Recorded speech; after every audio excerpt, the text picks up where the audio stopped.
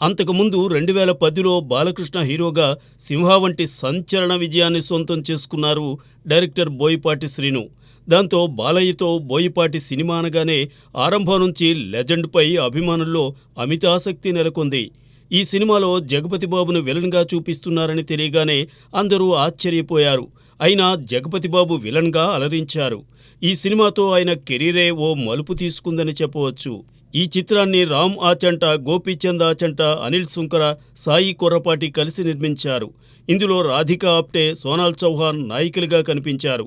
ఈ చిత్రానికి దేవిశ్రీ ప్రసాద్ స్వరకల్పన చేయగా రామజోగయ్య శాస్త్రి పాటలు పలికించారు. 2014 మార్చి 28న విడుదలైన లెజెండ్ విజయఢంకా మోగించింది. లెజెండ్ చిత్రం బాలకృష్ణ స్టార్డమ్ను గుర్తుంచుకుని మరీ రూపొందించినట్టుగా ఉంటుంది. ఈ సినిమా విడుదల సమయానికి ఆంధ్రప్రదేశ్ రాష్ట్ర విభజన జరిగింది.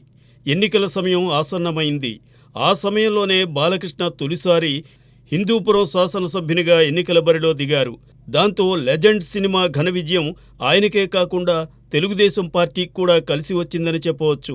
ప్రత్యర్థులు ఎన్నికల కోడ్ను చూపించి ఈ సినిమా ప్రదర్శనను అడ్డుకోవాలని చూశారు. ఈ సినిమా వసూళ్ల పరంగానే కాదు, రన్నింగ్లోనూ పలు రికార్డులు క్రియేట్ చేసింది. అప్పట్లో 31 కేంద్రాల్లో శతదినోత్సవం చూసింది లెజెండ్. ఈ 10 ఏళ్ల కాలంలో అన్ని సెంటర్స్లో 100 రోజులు ఆడిన చిత్రమేదీ లేదనే చెప్పాలి. ఇక ఎమ్మెగనూరులో డైరెక్ట్గా మినీ శివ థియేటర్లో లెజెండ్ రోజు 4 ఆటలతో 420 రోజులకు పైగా ప్రదర్శితమై రికార్డు సృష్టించింది. అలాగే ప్రొద్దుటూరులోనూ ప్రదర్శితమైంది. అలా 2 కేంద్రాల్లో వజ్రోత్సవం చూసిన ఈ సినిమా ప్రొద్దుటూరులో 1000 రోజులాడింది. తెలుగునాటనే కాదు, దక్షిణ భారతదేశంలోనే 1000 రోజులు ప్రదర్శితమైన ఏకైక చిత్రంగా లెజెండ్ నిలిచింది. ఈ సినిమా తరువాత బాలకృష్ణ, బోయపాటి కాంబోలో వచ్చిన అఖండ సైతం ఘన విజయం సాధించింది. ఈ చిత్రానికి సీక్వెల్గా అఖండ 2 రాబోతోంది.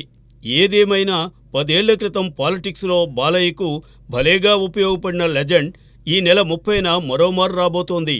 ఈసారి లెజెండ్ ఏ తీరున ఫ్యాన్స్ను రంజింపజేస్తుందో చూడాలి.